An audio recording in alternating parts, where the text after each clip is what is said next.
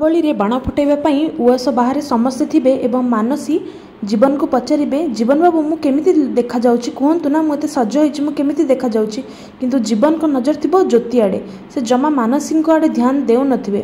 ଏହା ଦେଖି ମାନସୀ କହିବେ, ଜାଣିଛନ୍ତି ସେ ଅଂଶ, ସିଏ ନା ତୁମକୁ ନିଜ ଭାଇ ମାନୁନି, ପରିବାରର କାହାକୁ ବି ନିଜ ମାନୁନି, କିନ୍ତୁ ଜ୍ୟୋତି କଥା ଶୁଣି ସେ ପୂଜାରେ ବସିବା ପାଇଁ ରାଜି ହୋଇଗଲା।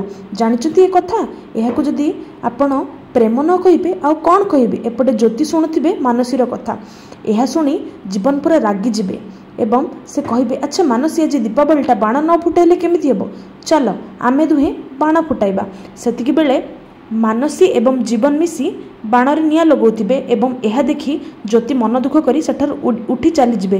କିନ୍ତୁ ଜୀବନଙ୍କର ପୁରା ନଜର ଥିବ ଜ୍ୟୋତିଙ୍କ ଉପରେ ହିଁ।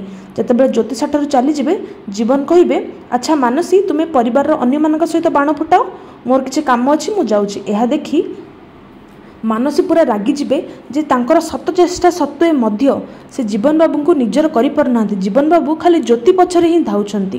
କ'ଣ ହେବ ଆଗକୁ?